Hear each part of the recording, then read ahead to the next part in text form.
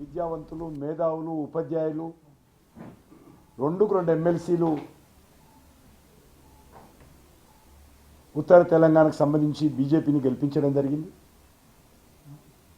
ఈరోజు ఒక ఉత్తర తెలంగాణనే కాదు, అన్ని మున్సిపాలిటీల్లో కూడా మంచి వాతావరణంతో ఎన్నికల ప్రచారం జరిగింది. వాళ్ళు ఈరోజు ఓటర్లకు ఇచ్చేటువంటి డబ్బు ప్రచారం చూసిన తర్వాత కాంగ్రెస్ పార్టీ, బీఆర్ఎస్ పార్టీ తమ తమ బడ్జెట్లను డబుల్ చేసుకొని ఈరోజు ప్రచారం చేస్తూ ఉన్నారు. ఈరోజు అన్ని ప్రాంతాల్లో ప్రజలు బీజేపీ వైపు మొగ్గు చూపుతూ ఉన్నారు. నేను అనేక రకాలుగా మోడీ గారికి ఏం సంబంధము, మోడీ గారు ఏమైనా వచ్చి మోరీలు సాఫ్ చేస్తాడంట. నేను ముఖ్యమంత్రి గారిని అడుగుతా ఉన్నాను, మీరేమైనా మోరీలు సాఫ్ చేస్తారా? మీరు మున్సిపల్ మంత్రి కదా, ముఖ్యమంత్రి కదా, మీరు చేస్తారా? మరి మోరీలు సాఫ్ చేయకపోయినా మోరీల సాఫ్ విషయంలో స్వచ్ఛ భారత్ పేరు మీద దేశమంతా కూడా ప్రజలను చైతన్యం చేసినటువంటి వ్యక్తి. ఈ మున్సిపల్ ఎన్నికలకు కేంద్ర ప్రభుత్వానికి ఏం సంబంధం అంటాడు ఆయన? బరాబర్ సంబంధం ఉంది. ఇదో గ్రామీణ ప్రాంతాల్లో కానీ పట్టణ ప్రాంతాల్లో కానీ కేంద్ర ప్రభుత్వ నిధులు మాత్రమే ఖర్చు అవుతా ఉన్నాయి. గ్రామాలకు ఈరోజు రూరల్ అర్బన్ బాడీస్ కింద కేంద్ర ప్రభుత్వం గ్రామాలలో ఉన్నటువంటి జనాభా ప్రాతిపాదికన అన్ని గ్రామాలకు నిధులు ఇస్తూ ఉన్నాం. అదేవిధంగా పట్టణ ప్రాంతాల్లో కూడా అర్బన్ లోకల్ బాడీస్ కింద కేంద్ర ప్రభుత్వము అన్ని మున్సిపాలిటీలకు నిధులు ఇస్తూ ఉంది. గ్రామాలలో పట్టణ ప్రాంతాల్లో అనేక రకాల కేంద్ర ప్రభుత్వ పథకాలు, అవి సెల్ఫ్ హెల్ప్ గ్రూప్స్ సంబంధించినటువంటి మహిళలకు రుణాలు కావచ్చు, ఇతర అనేక ప్రాంతాలకు సంబంధించినటువంటి పేదలకు ఇస్తున్నటువంటి, తెల్ల రేషన్ కార్డుదారులకు ఇస్తున్నటువంటి ఉచిత బియ్యం కావచ్చు, రైతులకు ఇస్తున్నటువంటి ప్రతి 4 నెలలకోసారి కేంద్ర నిధులు కావచ్చు,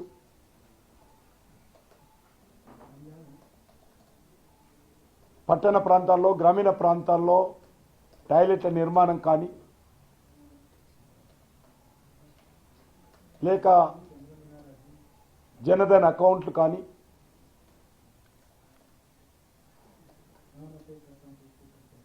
అమృత్ పథకం కింద ప్రత్యేకంగా కేంద్రం ఇచ్చేటువంటి అర్బన్ లోకల్ బాడీస్ సంబంధించినటువంటి నిధులే కాకుండా అమృత్ పథకం కింద అన్ని మున్సిపాలిటీలకు కేంద్ర ప్రభుత్వం నిధులు ఇస్తుంది.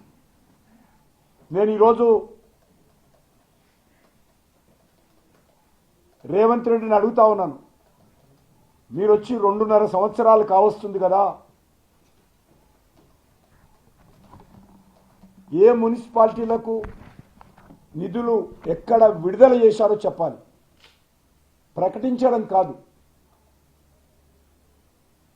ఈరోజు మీరు ఇచ్చినటువంటి నిధులు ఎక్కున్నాయా? గ్రామ పంచాయతీలకు, మున్సిపాలిటీలకు, మున్సిపల్ కార్పొరేషన్లకు కేంద్ర ప్రభుత్వం ఇచ్చిన నిధులు ఎక్కున్నాయా చెప్పాల్సినటువంటి అవసరం ఉంది.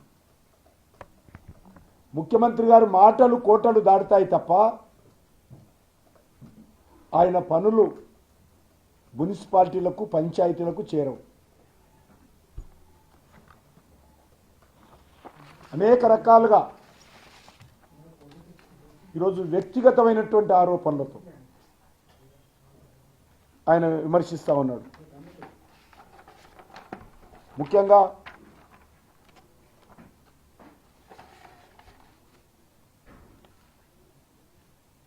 నా పేరు మార్చాడు ఆయన. నా పేరు మా తల్లిగారు పెట్టారు, మా తండ్రి గారు పెట్టారు. నీకు మార్చే అధికారం లేదు. నువ్వు రేవంత్ కానని గర్వంగా చెప్పుకున్నావు, నువ్వు మార్చుకో.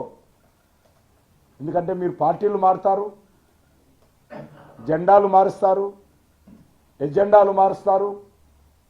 మీరు దయ్యాలైనటువంటి వ్యక్తులు మీకు దేవతలు అవుతారు. మోడీ గారిని ఆకాశంకి ఎత్తినటువంటి వ్యక్తి మోడీని గారిని విమర్శిస్తావు. మీకు అలవాటు కావచ్చు. మీరు మార్చుకోండి, రేవంత్ రెడ్డి పై రేవంత్ ఖాన్ అని పెట్టుకోండి. చట్టబద్ధంగా పేరు మార్చుకున్నా మాకేం అభ్యంతరం లేదు, అది మీ ఇష్టం. మీరు కావాలంటే మతం మార్చుకున్నా కూడా మాకు అభ్యంతరం లేదు. కానీ మా తల్లిగారు పెట్టినటువంటి పేరు, మా తండ్రి పెట్టినటువంటి పేరు, మా ఇంటి పేరు మార్చేటువంటి అధికారం నీకు లేదు. నేను ఎప్పుడు కూడా వ్యక్తిగతంగా ఎవరు మాట్లాడాను. కానీ ఈరోజు నా మీద వ్యక్తిగతంగా ముఖ్యమంత్రి గారు పదే పదే దాడులు చేస్తున్నాడు. కాంగ్రెస్ పార్టీ కార్యకర్తలు చెప్తున్నాడు ఈయన పేరు మార్చి మాట్లాడాలని. ఇంత దిగజారుడు రాజకీయాలు. వీళ్ళకు మజ్లిస్ పార్టీ, ఓవైసీ వీళ్ళకి అన్ని రకాలుగా కలిసి వస్తుంది అంటున్నారు. ఎస్, మీరు మజ్లిస్ పార్టీతో కలిసి కాపురం చేసినన్ని రోజులు ఆ కాపురంలో నిప్పులు పోసే పని చేస్తాం మేము. మీరు పచ్చి మతోన్మాద పార్టీ, పచ్చి రాజకీయ రజాకర్లతో కలిసి తిరుగుతున్నన్ని రోజులు ఖచ్చితంగా భారతీయ జనతా పార్టీ విమర్శిస్తుంది. ఈరోజు కూడా అడుగుతా ఉన్నాను, రాష్ట్రంలో 3000 డివిజన్స్ ఉంటే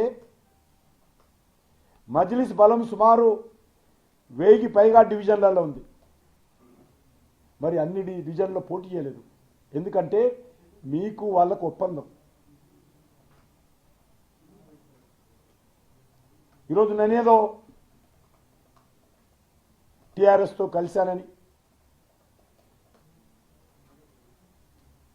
కేసీఆర్కి దత్తపుత్రుడని, ఇప్పుడే కేసీఆర్ కుటుంబం కొట్లాడుకుంటుంది. మధ్యలో నన్నెందుకు పంపిస్తారు? కేసీఆర్ సంపాదించినటువంటి ఆస్తుల మీద కేసీఆర్ రోడ్డున పడ్డది పంపకంలో.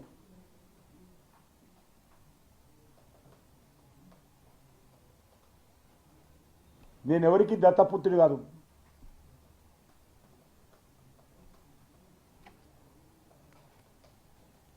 పన్నెండేళ్లుగా మోడీ గారు ఏమిచ్చారు అని చెప్తా ఉన్నారు. చర్చకు సిద్ధమా అడుగుతా ఉన్నాం. రేవంత్ రెడ్డి గారు, మీ సచివాలయం సెక్రటరియట్లో చర్చ పెడతావా? ప్రెస్ క్లబ్లో చర్చ పెడతావా? పెట్టు, నేను రావడానికి సిద్ధంగా ఉన్నాను. అంతే తప్ప అడ్డంగా మాట్లాడము, అబద్ధాలు మాట్లాడము మరి ఇది ఏమాత్రం మంచిది కాదు. మీరు కేటీఆర్ అన్నట్టు, ఇంకెవరిని అన్నట్టు నా మీద తప్పుడుగా మాట్లాడితే అది ఏమాత్రం సమంజసం కాదు. ప్రజలు అర్థం చేసుకుంటారు. నేను ఎప్పుడైనా స్థాయి దిగజార్చి మాట్లాడితే మీరు అదే భాషలో మాట్లాడండి. నేను ఎప్పుడైనా విషయం ఆధారంగా పార్లమెంటరీ భాషలోనే మాట్లాడుతుంటాను. తెలంగాణకి ఏం చేయలేదు భారతీయ జనతా పార్టీ, మోడీ గారు ఏం చేశారు?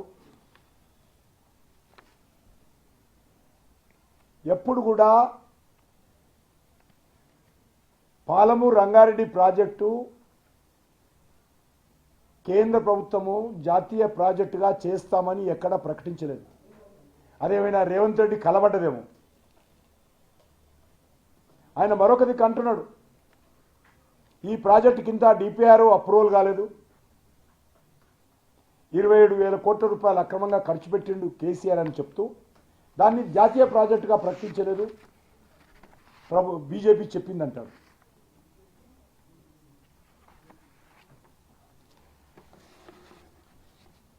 ఈరోజు తెలంగాణలో మున్సిపాలిటీల్లో మంచి వాతావరణం ఉంది.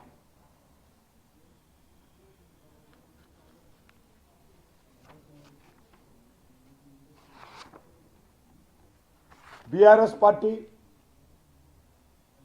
10 సంవత్సరాల పాలనలో జరిగినటువంటి అక్రమాల పట్ల, అవినీతి పట్ల, అధికార దుర్వినియోగం పట్ల తెలంగాణ ప్రజలు ఇంకా మర్చిపోలేదు, మర్చిపోరు కూడా.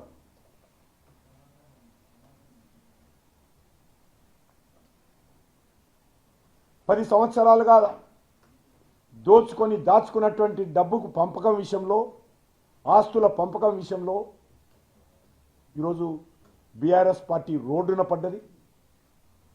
ఆ పార్టీకి కనుచూపు మేరల్లో తెలంగాణలో భవిష్యత్తు ఉండదు. అందుకే తెలంగాణ ప్రజలు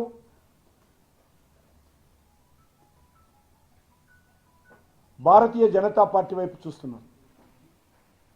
నేను ఒక్కటే రేవంత్ రెడ్డి గారిని అడుగుతా ఉన్నాను, మీరు తెలంగాణ రాష్ట్రానికి సంబంధించి 2 సంవత్సరాల క్రితం ఏవైతే హామీలు ఇచ్చారో హామీల గురించి మాట్లాడాల్సి ఉండేది.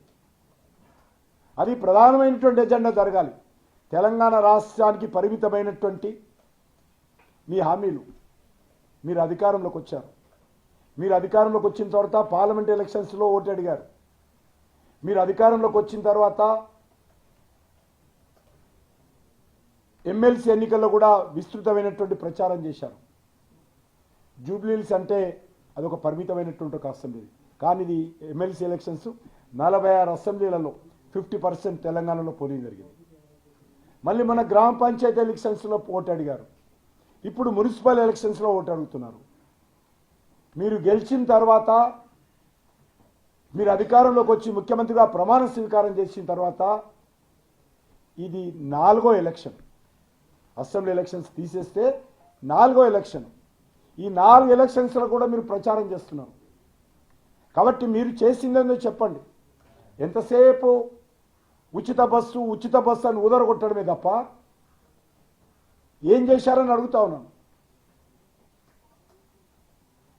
ఉచిత బస్సు పేరు మీద, ఉచిత బస్సు ద్వారా ప్రజల కడుపు నిండదు,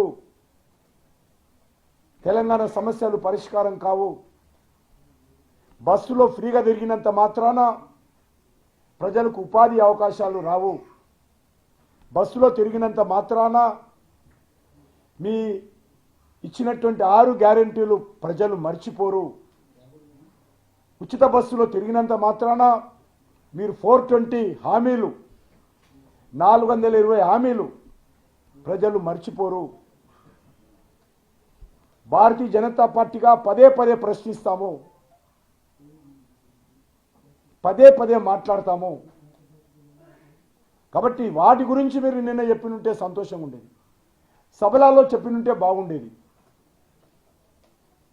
అదేం చెప్పకుండా భారతీయ జనతా పార్టీ మీద లేనిపోని ఆరోపణలు, తప్పుడు ఆరోపణలు. ఈరోజు మజ్లిస్ పార్టీ గురించి చాలా గొప్పలు మాట్లాడుతూ భారతీయ జనతా పార్టీ పట్ల, మోడీ గారి పట్ల అనేక రకాలుగా తప్పుడు ఆరోపణలు